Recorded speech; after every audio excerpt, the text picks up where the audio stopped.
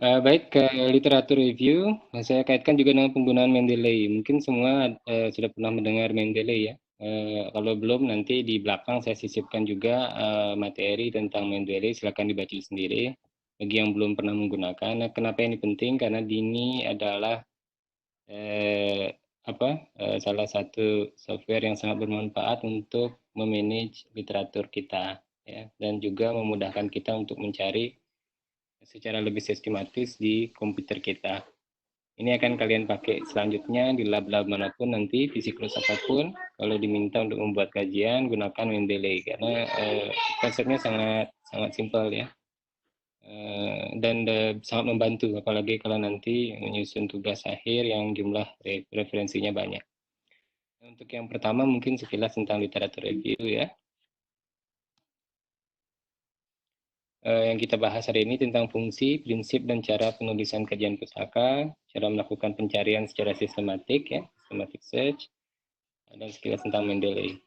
Jadi pencarian sistematis ini kalau dilakukan secara sistematis menurut kaidahnya dan juga dianalisis secara sistematis, nanti akan menjadi systematic review yang mungkin sering dilihat di publikasi-publikasi internasional, ada yang namanya systematic review.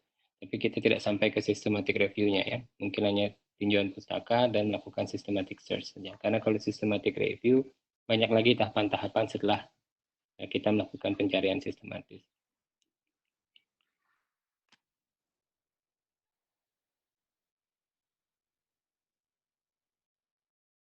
Kajian pustaka apa definisinya ya? Itu mengulas artikel-artikel ilmiah, buku, sumber ilmiah. Sumbernya bisa macam-macam ya, bisa dari disertasi, dari tesis, dari skripsi, dari jurnal ilmiah dan lain sebagainya.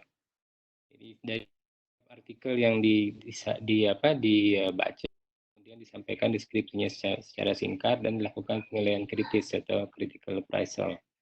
Kemudian disajikan gambaran-gambar umumnya ya, atau semacam membuat annotated bibliografi. Jadi bentuknya memang banyak ya, variasinya banyak kajian pustaka. Jadi tidak ada satu metode yang lebih baik dari lain. Jadi disesuaikan dengan situasi atau tujuan dari melakukan kajian pustaka.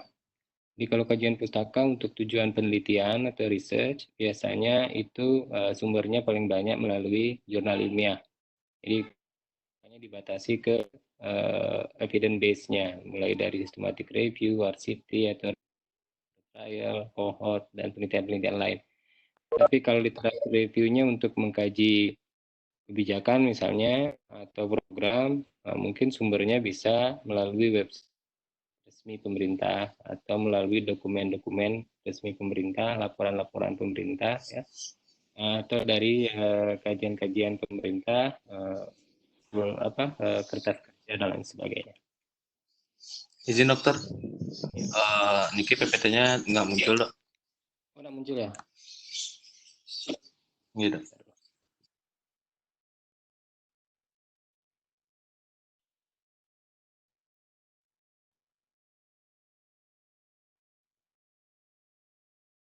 Sudah muncul sekarang ya? Muncul dok. Sudah muncul ya? Gitu. Oh, dari awal tadi nggak muncul ya? Di awal sempat muncul dok. Oh iya, tadi ada gangguan mungkin ya. Gitu. Jadi ini yang saya bahas tadi ya.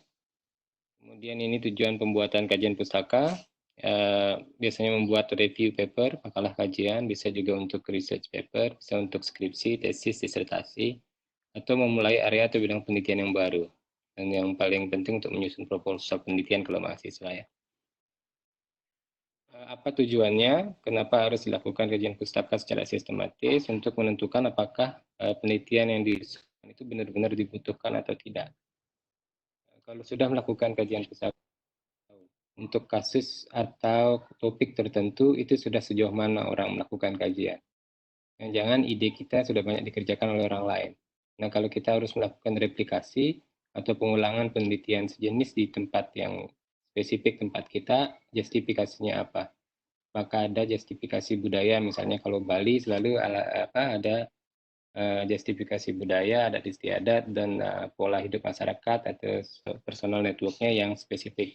Mungkin bisa situasinya berbeda, sehingga ada justifikasi kenapa harus dikerjakan lagi di tempat peneliti. Kemudian tujuan yang kedua atau manfaat yang kedua bisa untuk mempertajam fokus permasalahan. Jadi dengan membaca semakin banyak ingin kaji, maka kita bisa lebih fokus pada aspek apanya yang akan kita kaji.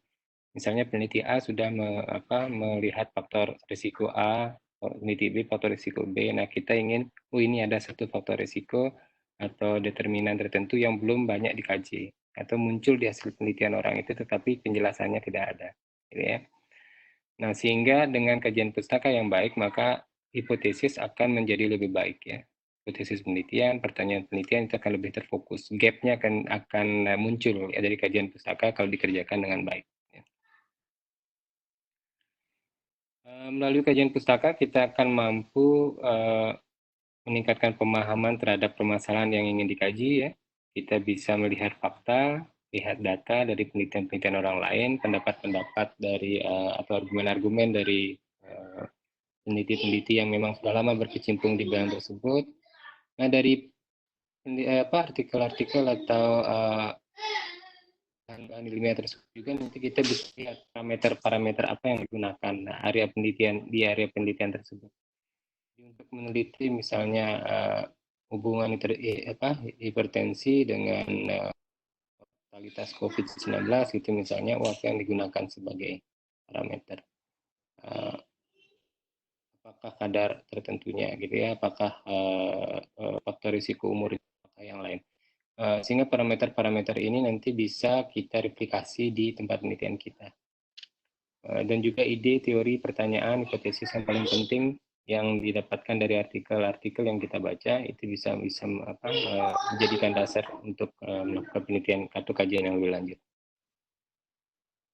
Juga kita dapat informasi tentang metodologi yang digunakan. Jadi untuk menjawab pertanyaan tertentu, metodologinya seperti ini. Apakah cukup dengan cross-seksional? Apakah yang ini mungkin dilakukan penelitian prospektif dengan kohort? Apakah yang begini harus dengan kohort retrospektif dan sebagainya? Termasuk berbagai skenario untuk situasi-situasi yang spesifik untuk peneliti. Jadi banyak sekali manfaat melakukan kajian pustaka ya. Kita dapat parameternya apa, indikator-indikator yang digunakan, data-data yang sudah ada apa, metodologi yang orang biasa gunakan apa. Dari situ akan muncul, terutama yang berkaitan dengan untuk mendukung penelitian kita. Ini bagian proses kajian pustaka. Yang pertama ya mulai melakukan formulasi masalah, kemudian melakukan pencarian atau searching, memilah-milah topik, melakukan analisis, dan berakhir menyusun kajian. Jadi langkahnya memang simpel, ada 5 langkah ya, tetapi kalau mau mengerjakan, biasanya kalau sudah malasnya muncul, misalnya stuck di sini ya, formulasi masalah, tidak muncul-muncul masalahnya apa. Ya.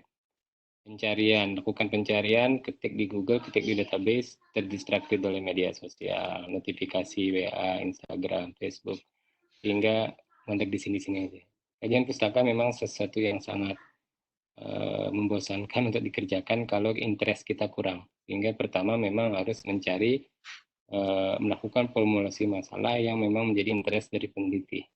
Jadi memang tertarik untuk melakukan penelitian itu, membuat formulasi yang baik dan melakukan pencarian. Ini penjelasan dari tahapan-tahapan tadi ya. Formulasi permasalahan, topik atau bidang apa yang akan diteliti, apa isu-isu utamanya, kemudian pencarian literatur. Ini yang saya sebut di awal tadi, sebaiknya secara sistematis ya pencariannya, membaca, memilah, memetakan permasalahan, kemudian data-data yang ada di pustaka dievaluasi, sehingga bisa menentukan literatur mana yang kita akan gunakan, mana yang akan memberikan kontribusi signifikan dalam memahami topik yang akan kita teliti. Kemudian melakukan analisis dan interpretasi ya. Kalau ada literatur yang bagus yang dibaca kemudian dilewatkan, karena kalau sudah banyak yang dibaca belakangan lupa ya. Sehingga memang hasil analisis dibuat secara singkat dan interpretasinya semacam anotatif bibliografi, dibuat secara 1 paragraf, 2 paragraf, judulnya apa, metodologinya apa, temuan utamanya apa. Ya, bisa juga dibuat di Mendeley, sebetulnya di Mendeley kita bisa melakukan itu, annotated. Kemudian baru terakhir melakukan manajemen referensi, menyusun data pustaka. Dan itu kenapa saya sisipkan materi untuk penggunaan Mendeley. Nah, apa saja yang bisa digunakan sebagai literatur, ya, dianggap sebagai literatur, fokusnya pada kajian literatur. Literatur bisa dalam berbagai bentuk yang sesuai dengan topik, ya. Sesuai dengan tujuan melakukan literatur review. Yang seperti saya sebutkan tadi, yang paling sering dipakai adalah artikel di jurnal ilmiah. Itu biasanya konteksnya karena paling sering orang melakukan literatur review itu untuk keperluan penelitian atau untuk membuat tugas akhir yang berkaitan dengan research, ya, atau tugas akhir kuliah. Ini yang paling aktual karena jurnal ilmiah biasanya kontennya paling banyak artikel asli atau original artikel. Itu artinya memang penyaji yang disajikan adalah data-data asli dari hasil penelitian.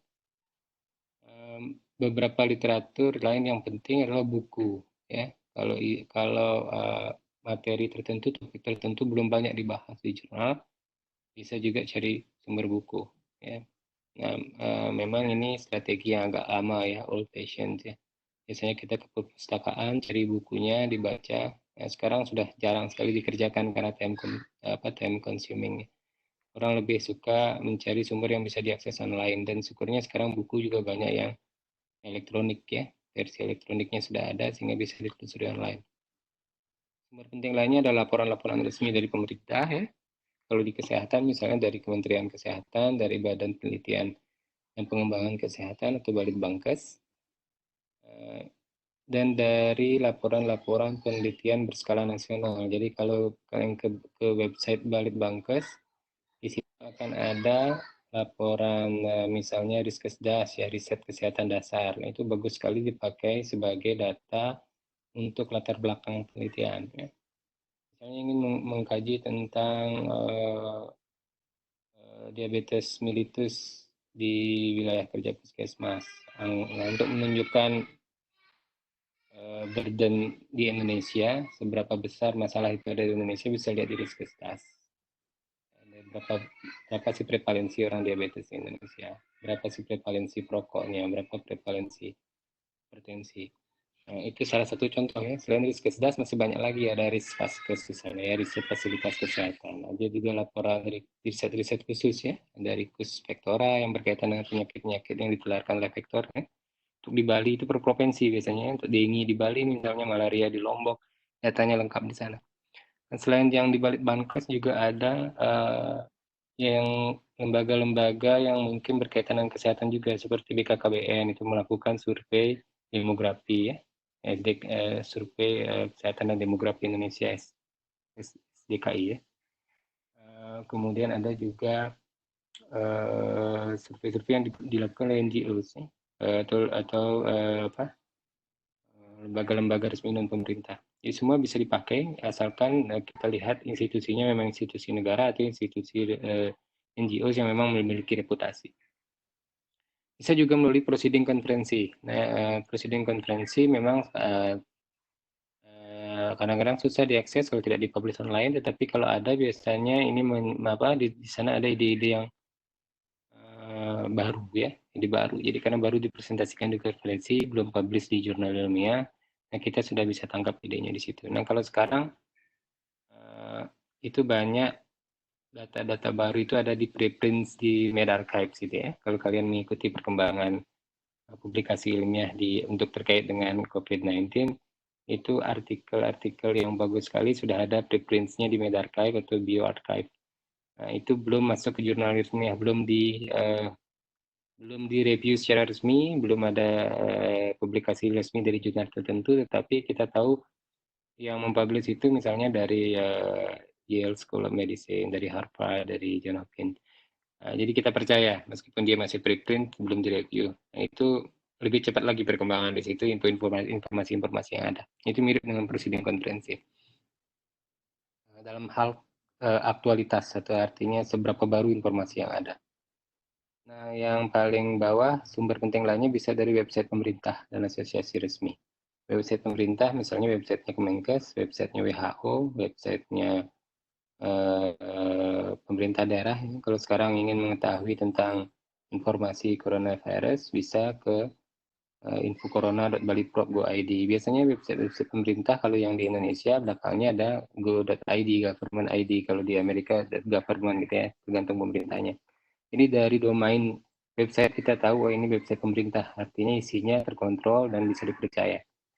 Nah, selain itu bisa juga dari asosiasi resmi, asosiasi resmi misalnya dari IDI ya, Ikatan Dokter Indonesia, IDI.org, dari YAKMI, Ahli Kesehatan Masyarakat misalnya, dari perhimpunan-perhimpunan spesialis ya, PAPDI misalnya, atau perhimpunan spesialis yang mengeluarkan pedoman-pedoman tertentu untuk beberapa kasus. Misalnya pedoman penataalaksanaan diabetes di layanan primer gitu misalnya, ini ada di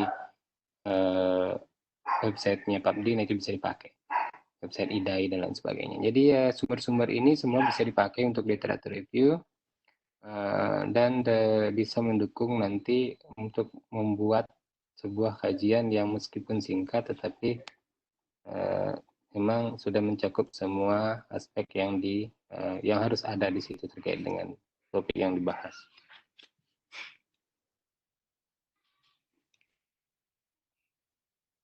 Kemudian yang lainnya bisa berbagai bentuk juga ya, dengan topik yang kita inginkan ya. Yang terakhir mungkin Wikipedia dan blog ya, ini paling sering digunakan oleh mahasiswa ya. Kita lihat beberapa skripsi itu mensitasi Wikipedia dan juga blog. Ada yang blogspot, WordPress ya. Itu kalau dari aspek ilmiah belum dianggap sebagai literatur yang valid ya. Wikipedia isinya bagus sebetulnya ya, isinya bagus.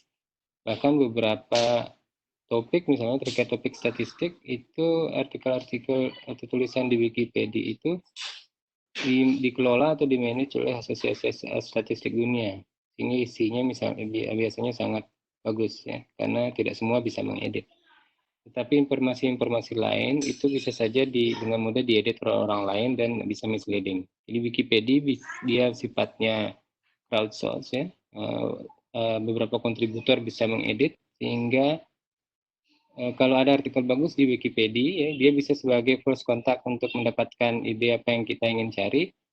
Tetapi setiap pernyataan di Wikipedia biasanya ada sumbernya. Nah, itu sumber aslinya itu yang kita telusuri untuk dijadikan sebagai referensi untuk disitasi secara resmi.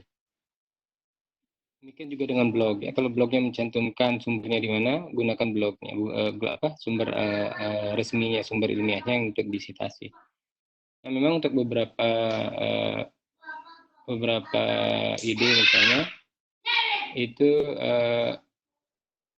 yang sifatnya baru misalnya itu belum ada di jurnal ilmiah, belum ada di website resmi, justru muncul pertama kali di akun Twitter orang pejabat tertentu. Nah, itu bisa disitasi sekarang ya. Jadi itu memang konteksnya sangat selektif ya. Tidak semua pernyataan di Twitter itu bisa disitasi di kajian ilmiah. Tetapi kalau memang itu sesuatu yang sangat baru sekali, dirilis, dikeluarkan oleh presiden siapa gitu misalnya, itu bisa disitasi dan ada caranya mensitasi dari media sosial. Ya, itu untuk beberapa sumber yang memang itu hanya ada di sana, gitu ya. Jadi tidak dilarang total, tetapi sangat selektif ya. Kemudian lanjut ke pencarian artikel ya. Pencarian artikel, langkah awal yang dilakukan dan melakukan pencarian sepintas mengenai topik yang akan dikaji ya. Sehingga tahu seberapa banyak sih topik tersebut sudah diteliti orang lain. Dan dari sana juga akan kelihatan artikel-artikel populer terkait itu yang paling banyak disitasi atau yang memiliki peran sentral terkait topik. Yang banyak orang citasi, yang banyak orang akses akan kelihatan di sana. Ini semacam pencarian sepintas saja gitu ya. Yang paling sering digunakan adalah menggunakan Google Scholar ya. Mungkin semua sudah pernah menggunakan Google Scholar atau Google Cendikia kalau di setting bahasa Indonesia. Ini saya tampilkan di sini URL-nya. Jangan menggunakan Google Search yang umum karena generik, karena hasilnya sangat terlalu luas, terlalu lebar, dan kemungkinan yang muncul di halaman pertama itu yang sifatnya lebih populer. Jadi yang di artikel di koran, di di media-media online itu biasanya mendapat atensi yang lebih banyak, sehingga biasanya kurang ilmiah hasilnya. Sehingga untuk mendapatkan artikel yang secara sepintas mengenai topik ilmiah yang akan kita kaji, lebih baik menggunakan Google Scholar sebagai basis data atau mesin pencari yang pertama yang kita lakukan. Memang ada kelemahan dan kekurangan menggunakan Google Scholar ya. Kelebihannya dia cakupannya juga luas ya, dan mencakup artikel-artikel yang sifatnya ilmiah, scholar. Ya. Kemudian bisa melihat artikel populer atau artikel kunci di bidang yang kita cari. Kemudian bisa ditelusuri artikel terkait dengan cepat. Ya, ini link, kemudian fasilitas-fasilitasnya sangat bagus. Scholar. Nah, apa kelemahannya? Kelemahannya dia karena cakupannya luas, sering melebar dari topik utama. Ya, misalnya kita memasukkan kata kunci tertentu yang keluar juga berkaitan dengan kata kunci tersebut gitu ya. Sering hasilnya terlalu banyak sehingga bingung juga untuk memilih mana sih yang sebetulnya bisa kita masukkan untuk dianalisis. Dan Google Scholar tidak melihat kualitas artikel. Jadi tidak melihat apakah dia terindeks pengindeks resmi atau bereputasi di dunia ilmiah, misalnya Web of Science atau Thomson Reuters, atau impact factor resmi dari jurnal-jurnal tertentu. Tidak melihat kualitas, tetapi melihat popularitas secara lebih banyak kalau Google Scholar. Ya. Nanti kita lihat contohnya. Misalnya ini ingin meneliti hubungan antara kebisingan dengan hipertensi, gitu misalnya ya.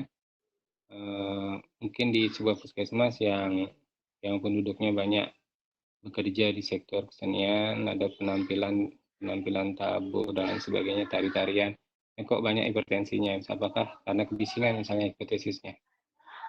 Itu rumusan masalahnya kan pertama begitu ya. Di sebuah puskesmas wilayah kerja tertentu, ini ada kecenderungan yang performance itu banyak yang hipertensi misalnya gitu ya. Sehingga kita ingin melakukan pencarian hypertension dan kebisingan. Nah, memang kalau ini contohnya dalam bahasa Inggris, sehingga kita bisa mengcover semua materi yang berkaitan dengan itu, tidak hanya artikel bahasa Indonesia. Jadi jika kita masukkan hypertension and noise, itu langsung dalam 0,5 detik akan keluar 131.000 hasil, sangat banyak ya. Karena saking banyaknya, maka yang tampil di halaman pertama ini yang paling cenderung kita baca. Ini memang diurut berdasarkan popularitas, ya, seberapa banyak disitasi. Ini kita lihat berapa yang disitasi dan juga artikel-artikel terkait kalau diklik ya. Di sini bisa di customize sebetulnya sebelah kiri ini ya. Kita ingin dapatkan artikel misalnya 5 tahun terakhir. Jadi bisa diklik yang sejak 2015 misalnya. Kalau tugasnya menyarankan 10 tahun terakhir, misalnya kita bisa setting dari 2010 dan lain sebagainya. Atau kalau tuh sangat jarang orang teliti, bisa semua all time, anytime bisa dipakai. Di sini juga bisa melihat dengan cepat yang mana ada full text-nya secara gratis. Di sini, oh ini PDF-nya disediakan oleh ResearchGate misalnya. Ini kalau kita lihat di sini 131.000 ya, artinya sangat tidak mungkin kalau kita waktunya singkat itu menganalisis seluruh artikel ini ya. Lain halnya misalnya kalau kalian research student menyelesaikan S3 gitu mungkin ya. Pengalaman saya dulu waktu S3 itu untuk melakukan literatur review, satu systematic review saya kerjakan 3 bulan full time di kampus dari jam 8 sampai jam 5 sore. Itu 3 bulan baru selesai satu systematic review untuk menjawab satu pertanyaan. Jadi itu full time research kalau di luar ya. Itu memang benar-benar mengkaji semua, Bumpor juga dibikin ya. Kalau yang singkat, nah tentu hasil ini terlalu banyak gitu ya. Sehingga kita perlu strategi yang lain. Jadi ini bisa sebagai langkah untuk melihat untuk kebisingan dan hipertensi segini banyak artikel dan skopnya juga banyak sekali gitu ya.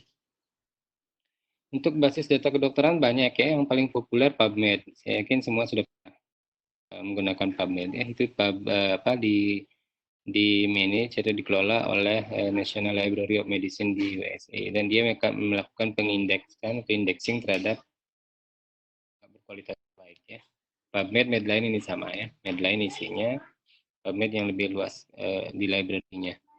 Juga kalau mau mencari tentang systematic review terhadap beberapa topik, ada khusus tentang systematic review berkualitas. Ini sudah terkontrol kualitasnya di Cochrane ya, Cochrane Databases of Systematic Reviews. Misalnya untuk mengetahui apakah pengobatan terbaru di hipertensi misalnya ada di sini ya. Systematic review terbaru ada di sini. Dan beberapa sumber lain. Jadi yang paling sering dipakai PubMed dan ini, dua ini. Nah, untuk yang penelitian yang tidak terlalu mendalam bisa menggunakan ini URL untuk mengaksesnya ya, atau ketik saja di browser Google PubMed, kemudian ke tombol advance-nya. Nah, di sini bisa di-customize juga tujuannya, ya, apakah semua field dicari, apakah yang ada di judul saja, apakah yang kata kunci tertentu yang di abstrak mengandung kata-kata kunci ini, ya, bisa disetting di sini ya. Dan boolean operatornya bisa disetting apakah and, apakah or ya, apakah dan, apakah atau, itu bisa disetting di sini. Jadi bisa lebih simple ya. Misalnya untuk hipertensi misalnya kan ada bisa hypertension or high blood pressure or blood pressure. Jadi semua kemungkinan sehingga dalam melakukan pencarian perlu skill khusus memang melakukan menentukan kata kunci yang tepat ya, sehingga kalau kita ingin publish ke jurnal yang bagus, biasanya kalau kita submit systematic review diminta lapiran atau appendicesnya tentang apa sih kata kunci yang digunakan supaya terbuka ininya ya. Oke, dulu kita melakukan secara sekilas yang seperti sama dengan Google Scholar tadi, hypertension and noise ya, kita klik kemudian di search, hasilnya lebih sedikit dari yang tadi ya, yang tadi 130.000, yang ini sudah turun ke 663. Lumayan jauh, bisa mengurangi yang jumlah yang dibaca ya. Bayangkan dari 130.000 ke 600 aja. Tetapi masih juga terlalu melebar di sini ya. Kalau kita lihat yang pertama saja mungkin tidak ada kaitannya antara hipertensi dengan noise ya. Ini yang noise yang yang dideteksi heart sounds ya. Sehingga memang perlu strategi yang lebih spesifik lagi. Karena kalau ini ditelusuri 600 ini mungkin kalau siklus koasnya hanya 6 minggu, dibuat literatur itu ya tidak cukup waktunya juga ya. Termasuk kita yang di akademisi juga 600 artikel, kalau meskipun di review secara singkat juga memakan waktu. Ini untuk perbandingan saja. Nah, yang paling efisien saat ini menggunakan medical subject heading terms ya, atau MES terms ya. Ini yang paling sering sekarang digunakan karena itu sudah mengandung kosakata terkontrol ya, control vocabulary. Nah, itu memang sudah diindexing oleh PubMed. Misalnya untuk hipertensi, dia akan semua artikel yang berkaitan dengan hipertensi, indexingnya apa, ditentukan oleh PubMed. Sehingga membuat pencarian menjadi lebih terarah. Jadi hasilnya lebih sedikit, tetapi lebih relevan dan komprehensif. Lebih relevan dengan tujuan dari kita melakukan systematic review. Nah, ini contoh penggunaan medical subject heading ya. Tadi waktu di awal, tadi kan kita setting all di sini ya. Nah, ini bisa diganti dengan mass term saja ya. Medical subject heading terms, semua dibatasi pada medical subject heading terms. Dia akan diarahkan ke mass term yang mendekati ya, oleh sistem yang ada di PubMed. Kita lakukan pencarian dengan kata kunci yang sama, dengan membatasi tadi yang all field di sini sekarang menjadi mass term. Hasilnya berkurang sepertiganya ya. Dari kalau Google Scholar 130.000, kemudian PubMed 600-an, nah ini 280. Ini lebih. Nah, ini kita lihat di halaman pertama sudah mulai berkaitan ya. Ini transportation noise dengan blood pressure ya. Hypertension pada pekerja yang terekspos noise di steelmaking, ya, noise exposure dan hypertension. Jadi semua sudah berkaitan dengan apa yang kita inginkan. 282, kemudian dilihat secara sepintas mana yang paling berkaitan dengan apa yang ingin kita teliti. Kalau mau dibaca 200-200-nya juga boleh. mungkin sehari 100 ya 2 hari selesai kan ya. Baik, itu teknik pencarian yang ingin saya sampaikan untuk mendukung tidak hanya untuk selama stase di KMKP ya, tetapi juga nanti untuk bekal kalian yang karir sebagai dokter, sebagai kalau ingin terjun ke dunia akademis atau selama praktik klinis juga biasanya kan ada keinginan untuk membuat review tinjauan pustaka, literatur review dan sebagainya. Nanti kalau lanjut ke pendidikan spesialis juga pasti separuh kegiatannya adalah kegiatan ilmiah juga, melakukan literatur review. Jadi bisa ini jadikan sebagai dasar, oh saya basis data apa yang paling sering dipakai dan apa yang paling efisien dan efektif digunakan. Ya. Ini salah satu contoh saya sampaikan yang paling efektif dan efisien untuk di kedokteran dan kesehatan, tetapi tidak terbatas pada ini. Kalau ada metode yang lebih kalian menurutkan yang lebih baik, silakan digunakan. Tetapi pengalaman saya PubMed memang paling komprehensif untuk artikel-artikel kedokteran dan menggunakan medical subject heading biasanya paling efisien untuk membuat pencarian kita menjadi lebih terarah dan berfokus ya. Nah, setelah mendapatkan yang tadi kita cari itu bisa disimpan di referensi, ada teknik-tekniknya, sehingga semua yang kita ingin gunakan sebagai literatur nanti gampang untuk disitasi. Ya. Disimpan menggunakan pengelola atau manajer referensi atau reference manager, ada macam-macam ya, tidak harus Mendeley saya sampaikan tadi, ada Zotero ini sudah dilebur ke Mendeley karena dia menggunakan Mendeley menggunakan basis data atau coding dari Zotero. Ada RedWorks, ada EndNote ya, EndNote ini berbayar ya, ada juga Redman, ada macam-macam, banyak. Nah, kenapa ke Mendeley? Karena Mendeley open access, free ya, freeware sama dengan R statistik ya. Dia sangat powerful juga, kualitasnya tidak kalah dengan EndNote. Ya. Saya pengguna EndNote waktu S2 karena kampus di luar bayar lisensi ini. Begitu sekolah S3 juga di awal-awal menggunakan EndNote, di pertengahan muncul Mendeley, semua beralih ke Mendeley.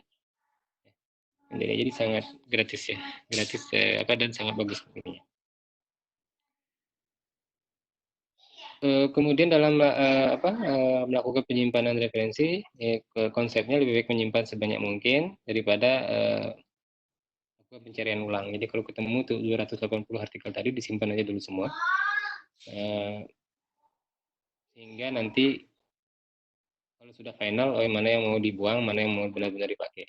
Ya, kalau dari awal sudah ini nanti belakang lu kayaknya ada yang begini saya lupa simpan kemarin lagi pencarian ulang itu agak repot. Ini contoh tampilan EndNote ya. Kalau yang ingin EndNote, ini yang saya sampaikan Mendeley tadi ya. Tampilannya mungkin beda, sistem operasi juga beda. Ini yang Mendeley desktop seperti ini. Dari sini kita bisa melihat, dan ini tidak diklik manual ya, bisa diimpor langsung dari website pada saat pencarian, dan banyak trik-triknya. Nanti silakan lihat lagi PowerPoint nanti saya.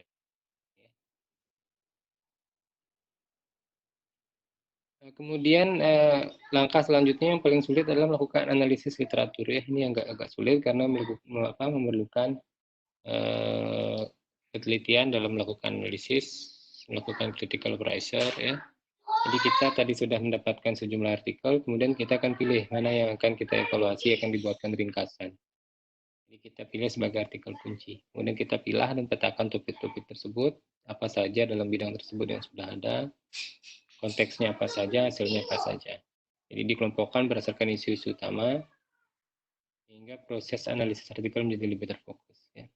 Jadi sekian artikel itu akan keluar, misalnya kalau tadi hypertension and noise, itu fokusnya pada apa? Apakah pada mekanisme kerja, patofisiologi dari kebisingan menimbulkan hipertensi, atau dampaknya terhadap karakteristik pekerjaannya, atau dampaknya terhadap atau faktor yang berkaitan dengan kebisingan, level kebisingannya itu dikelompokkan menjadi beberapa tema sehingga memudahkan dalam melakukan penulisan ya, membuat garis besar penyusunan tinjauan pustaka. Nah, ini yang harus dilakukan di analisis tadi, melakukan critical pricing. Nah, dari judulnya kita bisa lihat di analisis ini berkaitan dengan apa. Ini judul biasanya sudah merepresentasikan apa apa kajian utamanya dan apa yang dikerjakan. Ya. Kemudian latar belakangnya dibaca singkat, tujuannya apa, kemudian metode yang digunakan apa, hasilnya apa, pembahasan mungkin dilihat secara singkat apa yang dia bahas dan kesimpulan. Ini hampir sama dengan melihat membuat sebuah artikel kita ya. Memang semua ditelusuri dan biasanya semua informasi ini ada di abstrak ya. Jadi dengan membaca abstrak dengan baik ini sudah terjawab sebetulnya. Ya, kecuali di abstrak tidak terlalu jelas, sehingga kita bisa telusuri satu persatu. Metode misalnya di abstrak hanya menyebutkan metodenya menggunakan analisis ini dengan ini gitu ya. Ditelusuri lagi. Oh dia populasinya siapa sih? Di mana dia memilih populasi, berapa jumlah sampelnya, bagaimana perhitungan sampelnya, bagaimana analisis statistiknya, apa yang dia gunakan. Nah, itu bisa lebih lengkap di sana. Karena di abstrak biasanya dibatasi jumlah katanya. Kemudian yang terkait metodologi yang bisa dikritisi ya, apakah desain penelitian sudah sesuai dengan tujuan penelitiannya, apakah studi deskriptif, analitik atau intervensi, ini menentukan level evidence-nya ya. Studi deskriptif biasanya paling rendah, kemudian yang analitik observasional biasanya sedikit lebih baik ya, penelitian intervensi yang kontrol trial atau yang tanpa kontrol itu biasanya lebih tinggi tingkatannya. Itu kita untuk menentukan nanti apakah dalam melakukan analisis kita akan menggunakan semua referensi tersebut atau hanya kita ingin membatasi pada yang RCT saja atau kita hanya membatasi pada yang observasional dan ke atas. Kita tidak akan menganalisis yang deskriptif misalnya, hanya menganalisis yang observasional dan intervensi. Itu bisa dilakukan oleh peneliti. Ya.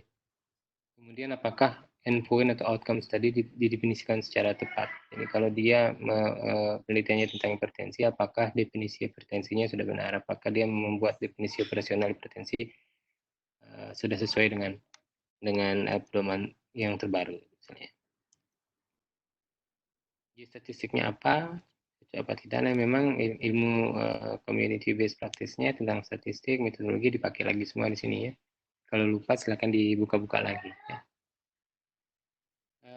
Kemudian dikritisi juga apakah hipotesisnya apa uji estimasi apa yang dipakai, distribusi geografis, waktu study, lama follow up-nya berapa lama, intervensinya apa dan lama atau intervensi. Nah, ini lebih teknis sifatnya, lebih ke detail ke masing-masing riset. Ini biasanya dikerjakan pada literatur review utama yang ingin kita jadikan fokus utama dalam melakukan kajian itu. Ya. Pertanyaan kritis lainnya, apakah pertanyaan penelitian menarik? Ya, apakah yang dia teliti itu bisa memberikan sumbangan yang berarti terhadap rencana riset kita? Ya, apakah statement-statement yang ada di artikel tersebut didukung oleh data-data dan didukung oleh citasi-citasi atau literatur?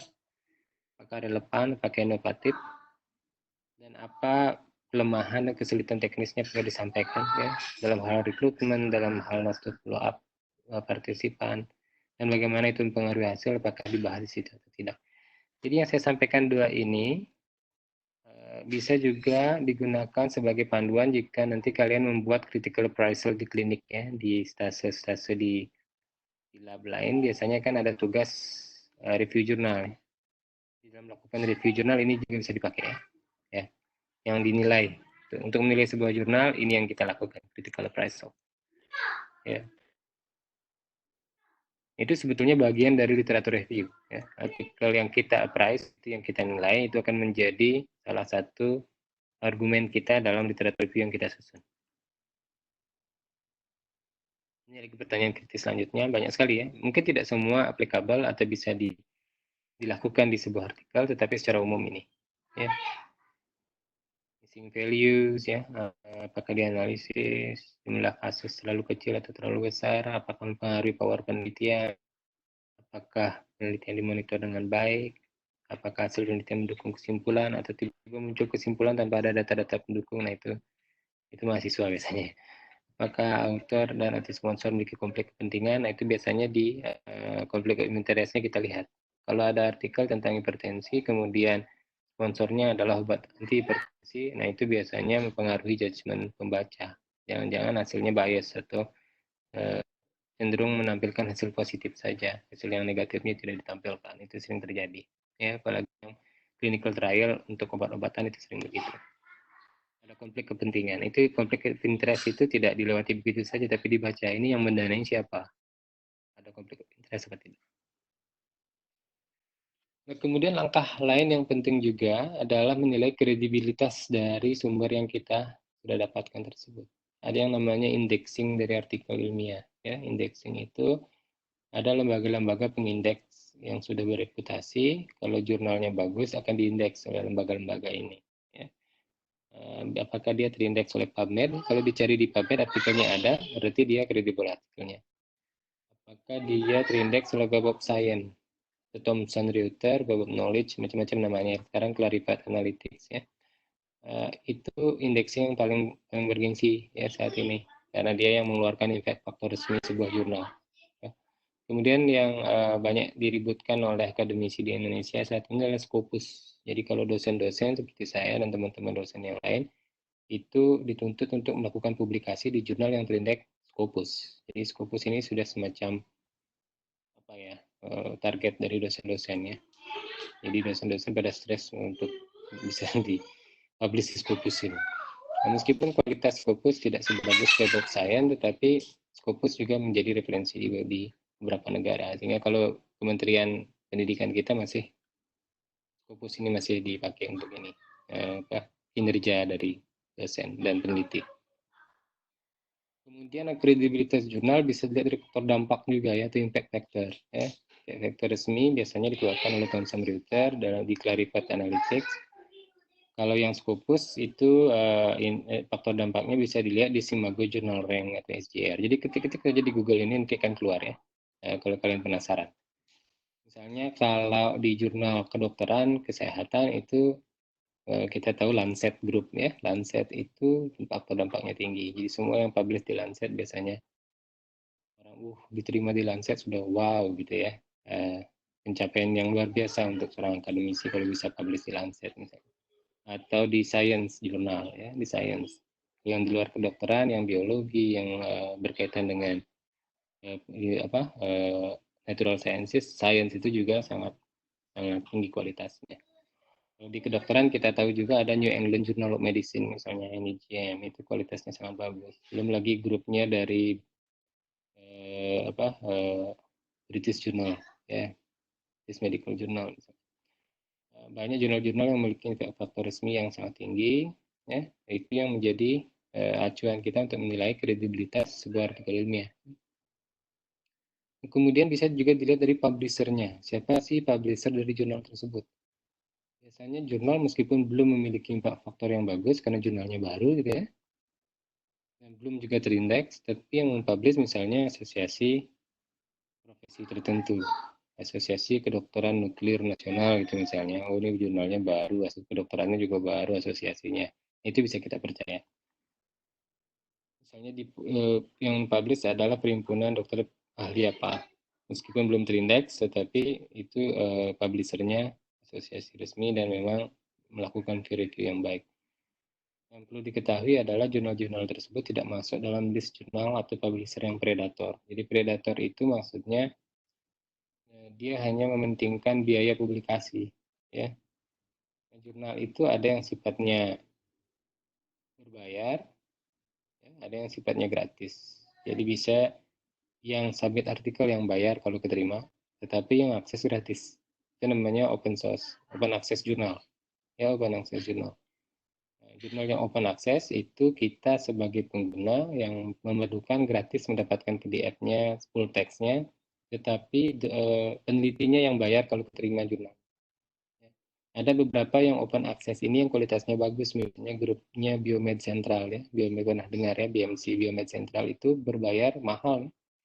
Itu satu jurnal bisa sampai 20-30 juta penelitinya bayar untuk dipublish di sana. Tapi reviewnya juga ketat. Tidak, meskipun punya uang banyak, kalau tidak memenuhi standar dia akan ditolak. Tetapi begitu diterima, maka yang akses akan banyak sekali karena gratis. Full text-nya bisa diakses secara free sehingga impact-nya lebih cepat naik, lebih banyak orang akses. Sehingga peneliti-peneliti sekarang kalau membuat usulan untuk budget penelitian, dibuat juga dana publikasi. Tujuannya itu supaya bisa publish di jurnal yang open access. Penelitian untuk open access jurnal yang berkualitas sehingga nanti artikelnya cepat dibaca oleh orang banyak. Tetapi ada juga jurnal yang tidak open access. Jadi peneliti memasukkan manuskripnya ke sebuah jurnal, kemudian kalau diterima, penelitinya tidak bayar, tetapi nanti yang akan mengakses itu yang harus bayar. Ya. Itu yang non open access. Jadi, oh ini artikel bagus, begitu diklik, oh disuruh bayar. Hanya gratis sampai abstraknya saja. Nah, yang begitu biasanya termasuk bukan predator, pasti tidak predator, karena dia tidak mengutamakan biaya, mengutamakan kualitas. Tetapi yang open access tadi, banyak kemungkinan yang predator. Jadi ada yang open access misalnya, publish di sini, begitu diterima nanti cukup bayar 1 juta, 2 juta saja akan publish. Banyak yang begitu. Di peneliti juga lihat, oh ini murah, ini open access murah, baru submit besoknya udah di-accepted, diterima. Sehingga dari pihak jurnal hanya mementingkan biaya, tidak mementingkan kualitas. Dari pihak yang mempublish juga sama, ingin cepat. Ini banyak sekali yang sekarang begitu, sehingga Kementerian Pendidikan itu membuat list jurnal-jurnal predator. Itu biasanya basisnya banyak di India ya. Jadi orang-orang India banyak memanfaatkan situasi ini, membuat predator jurnal. Biasanya dicurigai kalau basisnya India, Bangladesh, sama apa itu satu saya lupa. Beberapa jurnal memang yang sangat cepat reviewnya, tapi kita harus bayar. Bayarnya juga dia sengaja buat tidak terlalu mahal. Misalnya hanya 2 juta, 3 juta, tetapi tidak direview dengan bagus. Jadi sangat hati-hati. Memang ini jurnal banyak sekali sekarang secara online, apalagi sekarang kebanyakan elektronik jurnal itu banyak sekali ada di ini ya, di dunia online. Tetapi kita harus bisa memilah mana yang jurnal kredibel, mana yang tidak. Ya. Begitu dia open access harus ada kecurigaan, ini predator atau tidak. Ya. Kemudian menyusun kajian pustaka ya, ini mungkin sudah sering kalian kerjakan. Biasanya dia chapter tersendiri ya, dan di dalamnya ada sub chapter, subbab tersendiri. Ini di subbab itu muncul dari pengelompokan analisis tadi. Saat kita melakukan analisis, kita sudah dapat gambaran kerangkanya seperti apa. Dan model penulisan bermacam-macam ya, sesuai dengan kesukaannya. Ada yang suka tiap subbab itu berisi kumpulan analisis, hasil evaluasi dari pencarian literatur, dan di setiap akhirnya dibuat interpretasi dari penulis. Ada juga yang hasil analisis kumpulannya itu ditulis dulu dan membuat terakhir subchapter sendiri tentang interpretasi dari peneliti. Juga bisa. Misalnya bab 1 tentang topik subtopik A, kemudian subtopik B, subtopik C, subtopik D-nya itu tentang memang yang disusun sendiri oleh penulisnya, menyarikan apa yang dari subchapter sebelumnya. Itu salah satu model. Atau model yang umum biasanya satu subchapter langsung di paragraf terakhir pendapat dari penulis. Jadi di kajian pustaka itu sebetulnya tidak hanya copy paste dari hasil penelitian orang, tapi kita memberikan narasi juga tentang apa makna dari temuan-temuan tersebut. Ya, ada interpretasi yang dibuat oleh penulis. Itu kajian pustaka yang baik ya. Nah di sini penting saya tekankan bahwa hindari plagiarisme. Plagiarisme itu mengutip karya orang tanpa memberikan penghargaan dalam bentuk citasi yang sesuai untuk orang tersebut. Ini bisa menjadi isu penting belakangan ini ya, 10 tahun terakhir tentang plagiarisme. Beberapa skripsi, tesis, disertasi bahkan ada yang ditarik dan dibatalkan gelarnya di Indonesia karena terbukti plagiarisme ini. Ya, jadi kalau tugas akhirnya hati-hati, hindari plagiarisme.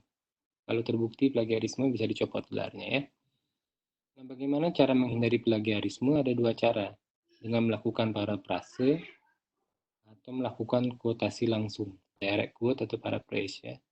Nah, apa itu paraphrase? Paraphrase itu adalah mengutip dan menuliskan dengan cara dan gaya sendiri, kemudian cantumkan sumber artikel yang dikutip dengan melakukan citasi, in-text citation. Ya. Jadi memang harus dibaca dulu paragraf itu pemaknanya, setelah dibaca maka kemudian ditulis dengan gaya sendiri. Nah, kalau kita sumbernya bahasa Inggris, memang bisa tinggal ditranslate aja sebetulnya ya, di Google Translate, kemudian dibuat di kajian kita. Itu tidak akan terkena plagiarisme. Cuman kita lihat kalimatnya udah benar nggak yang dimaksud, dengan translasinya kan kadang-kadang tidak pas gitu ya. Itu kalau sumbernya bahasa Inggris sedikit diuntungkan. Tapi kalau kita membuat artikel bahasa Inggris, mengutip sumber berbahasa Inggris, nah ada rentan plagiarisme kalau kita tidak melakukan paraphrasing.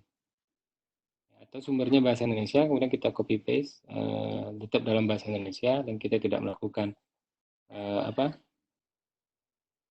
paraphrase yang sesuai, itu bisa menjadi plagiarisme. Beberapa tips untuk paraphrasing ini kalau yang berbahasa Inggris maupun berbahasa Indonesia ya, biasanya kita mengubah struktur kalimat ya. Kalau sebelumnya kalimat aktif, kita ubah jadi kalimat pasif. Kemudian kalau yang berbahasa Inggris biasanya lebih gampang karena beberapa kata kerja dicari sinonimnya, diganti sinonim-sinonimnya ya. Dengan sinonim kemudian ubah struktur kalimat sehingga kalimatnya bisa setidaknya 60% berubah. Ya, tidak sama. Nah setelah itu tetap mencantumkan sumbernya di mana.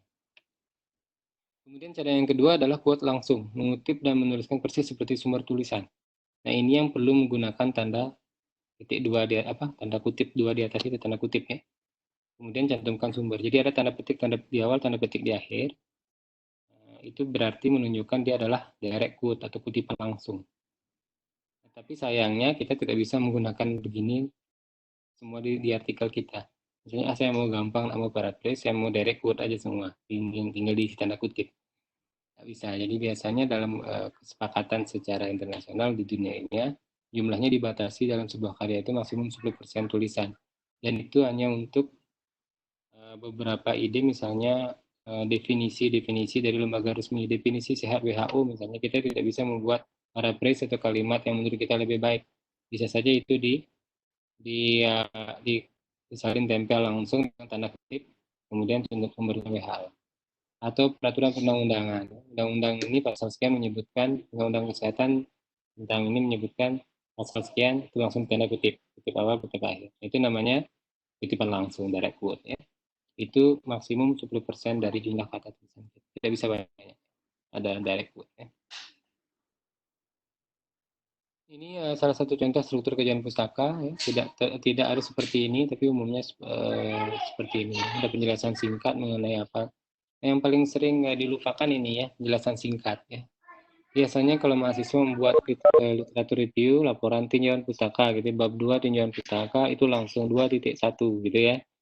Langsung isi. Ini itu salah sebetulnya dalam strukturnya. Biasanya sebelum ke subbab yang akan kita buat, dijelaskan secara singkat.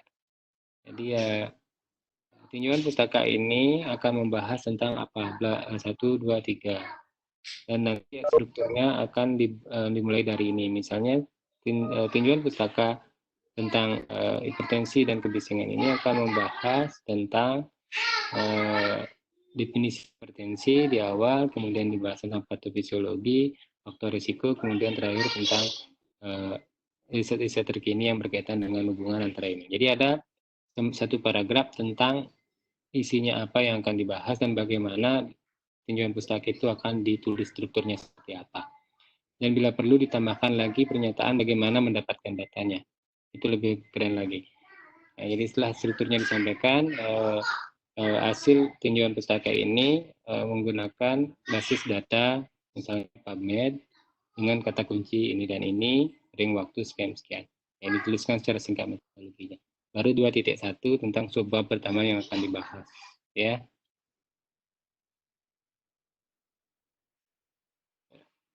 Ini menggunakan contoh yang kedua tadi ya, subbab 1, subbab 2, kemudian ada subbab ringkasan. Ini yang meng-highlight poin-poin penting dan termasuk ulasan atau interpretasi dari peneliti. Jadi mungkin itu yang bisa saya sampaikan tentang tinjauan pustaka secara umum ya. Slide selanjutnya juga ada bagaimana tentang Mendeley kalau kalian ingin ini ya, yang belum, terutama yang belum pakai, saya kira semua sudah punya Mendeley di komputernya harusnya ya. Silakan ini dipakai panduan. Karena ada tugas ya, kalau tidak salah ada tugas diwajibkan untuk kalian tentang program Puskesmas ya.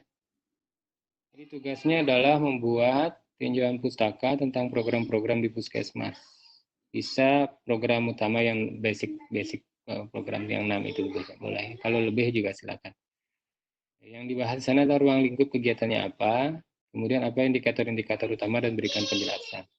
Nah, yang ini mungkin karena tugas berkaitan dengan program, seperti saya sampaikan di awal, basis datanya bisa menggunakan Google Scholar ya, karena mungkin lebih banyak informasinya akan berbahasa Indonesia nanti.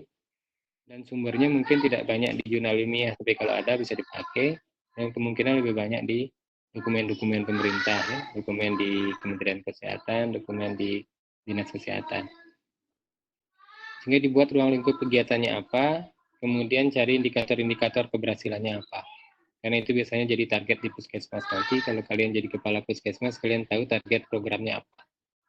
Misalnya salah satu contoh ya, program kesehatan ibu dan anak. Itu banyak sekali indikator yang harus kalian tahu sebagai calon dokter di puskesmas atau mungkin nanti jadi kepala puskesmas atau kepala dinas kesehatan ya. Ada yang namanya K1, ada yang namanya K4. Ya, gimana sebetulnya cara menghitungnya seperti apa, penjelasannya seperti apa. Bagaimana menentukan target ibu hamil, bagaimana menentukan target bayi. Rumusnya seperti apa itu kalau ketemu lebih bagus lagi. Ya. Kohort ibu hamil itu isinya apa saja, data apa saja yang ada di situ. Ibu hamil mana yang termasuk ibu hamil risiko tinggi, yang 4 terlalu, dan lain sebagainya. Dan bagaimana kohort ibu hamil dimanfaatkan di puskesmas. Itu contoh yang kalian bahas di program KIA dari literatur review-nya ya. Kemudian di program gizi misalnya ada beberapa program gizi misalnya ASI eksklusif, kegiatan posyandu dan sebagainya. Karena kalian tidak sempat ke posyandu karena situasi sekarang, mungkin dicari di posyandu itu ruang lingkupnya apa, 5 meja itu seperti apa, meja satu mengerjakan apa dan seterusnya. Kemudian indikator keberhasilan program posyandu apa, ya ada yang namanya N per D, jumlah bayi yang timbangannya naik per yang datang, atau di per S yang datang per semua bayi dan seterusnya. Itu saya kasih contoh dua program yang banyak di puskesmas. Silakan telusuri lagi kalau program P2M atau pengendalian penyakit menularnya apa, kesehatan lingkungannya apa, kemudian promosi kesehatannya bagaimana, dan lain sebagainya. Jadi tugasnya lebih ke program ya, sehingga apa yang saya sampaikan di awal tadi, strateginya juga disesuaikan. Ya, memang materi literatur review saya sampaikan secara sangat general tadi, untuk bekal tidak hanya untuk koas ini saja, tetapi juga bisa untuk ke depan nanti. Ya, ada yang kata sebentar. Saya